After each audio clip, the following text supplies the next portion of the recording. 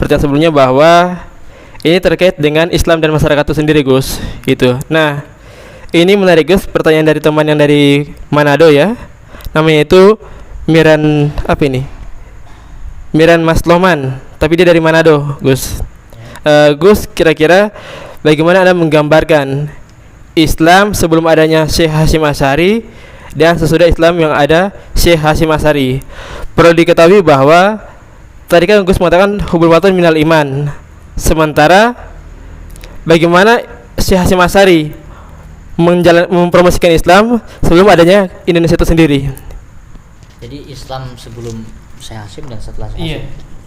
Dan sebelum adanya Indonesia itu sendiri. Islam sebelum ada Indonesia? Iya. Maksudnya ketika Indonesia dijajah gitu? Iya. Islam bagaimana gitu? Kritis sekali Iya, ya, jawab sendiri saja sebenarnya. Tinggal googling saja selesai, nggak usah ditanya-tanya. Tapi beda ya? Iya kan? Sama Kiai beda ya? Iya, tinggal googling saja. Islam pra Syekh Hasyim bagaimana itu nanti keluar.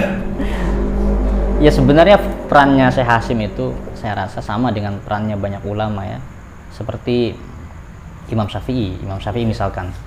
Imam Syafi'i itu kan dikenal sebagai bapak ilmu usul fiqh gitu kan. Yang merumuskan usul fiqh itu Imam Syafi'i. Nah, tetapi tidak berarti sebelum Imam Syafi'i itu usul fiqh belum ada. Tidak berarti seperti itu. Jadi sebelum Imam Syafi'i usul fiqh sudah berkembang. Tapi kemudian yang mereformasinya, yang membuat formulanya itu Imam Syafi'i. Kira-kira seperti itu. Ya sama saja seperti Thales itu kan dianggap sebagai bapak filsafat kan. Ya. Lalu kemudian bapak filsafat modernnya apa? René Descartes ya. Descartes itu kan bapak filsafat modernnya kan. Tapi apakah sebelum Thales belum ada filsafat? Sudah ada. Cuman kan yang dianggap tokohnya itulah kira-kira Thales. Jadi sama seperti seperti Syekh Hasyim Asy'ari, sebelum Syekh Hasyim hubul watun minal iman ini ya sudah merupakan karakter Islam. Jadi seperti yang saya tadi sebutkan, itu Imam Fakhruddin Ar-Razi, terus Imam Ibnu Hajar Al-Asqalani itu dengan jelas-jelas mengatakan kalau hubul waton itu tidak bisa dipisahkan dari fitrah manusia. Ya, itu tidak bisa dipisahkan dari manusia. Bahkan dia minal iman, kenapa? Karena mencintai tanah air itu adalah sunnah Rasul. Tadi saya baru sampai kepada mencintai tanah air itu adalah naluri manusia yang tidak bisa dihilangkan, begitu kan? Tapi kalau kita berbicara lebih lanjut lagi, mencintai tanah air itu ya sunnah Rasul.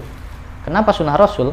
Karena kan yang definisi sunnah itu adalah sesuatu yang disandarkan kepada Nabi Muhammad, baik perkataan, perbuatan, ketetapan, dan sifat Nabi Muhammad, juga keinginan Nabi Muhammad, itu sunnah juga. Sunnah juga. Karena itu kemudian para ulama sering mencontohkannya dengan begini. Kan ada puasa Asyura toh. Puasa Asyura itu kan puasa tanggal 10 bulan Muharram.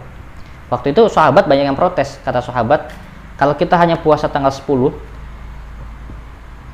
nanti kita dianggap ikut-ikutan orang Yahudi. Karena itu Nabi Muhammad mengatakan, oh kalau begitu tahun depan kita puasa 2 hari, tanggal 9 dan tanggal 10. Makanya puasa Tasu'a dan puasa Asyura. Nah, tapi Nabi Muhammad belum sempat mengerjakan puasa yang tanggal 9, keburu meninggal. Iya. Nah, Nabi Muhammad belum sempat mengerjakan itu, tapi Nabi Muhammad punya keinginan. Itu juga termasuk sunnah. Makanya kemudian puasa tanggal 9 pun termasuk sunnah. Jadi apa-apa yang menjadi keinginan Nabi Muhammad itu juga sunnah Nabi. Nah, jadi suatu ketika Nabi Muhammad ketika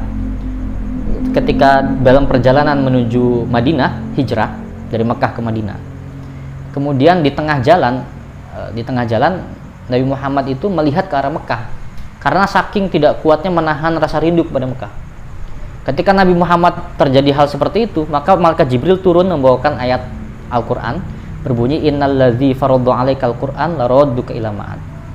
Wahai Muhammad, jangan khawatir, kamu gak usah sedih karena innalladzi faradha 'alaikal Qur'an, zat yang menurunkan kepadamu Al-Qur'an laradduka ila ma'ad, berjanji akan mengembalikanmu ke tanah kelahiranmu.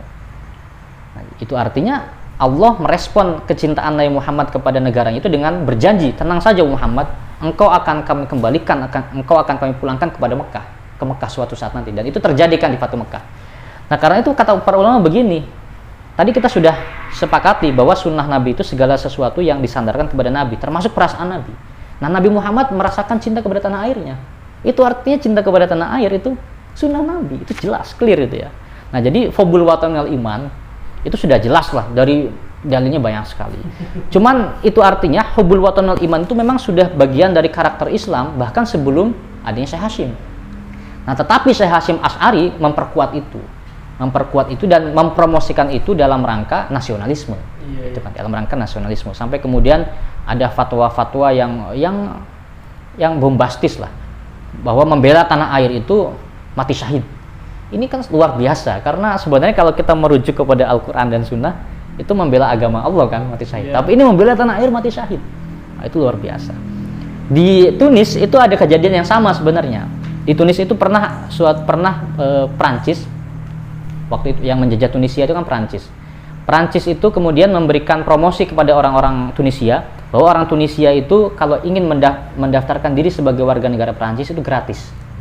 Itu sebagai upaya menjajah juga kan. Karena kalau sudah banyak orang Tunisia yang paspornya Prancis, wah gampang sekali ditaklukkan.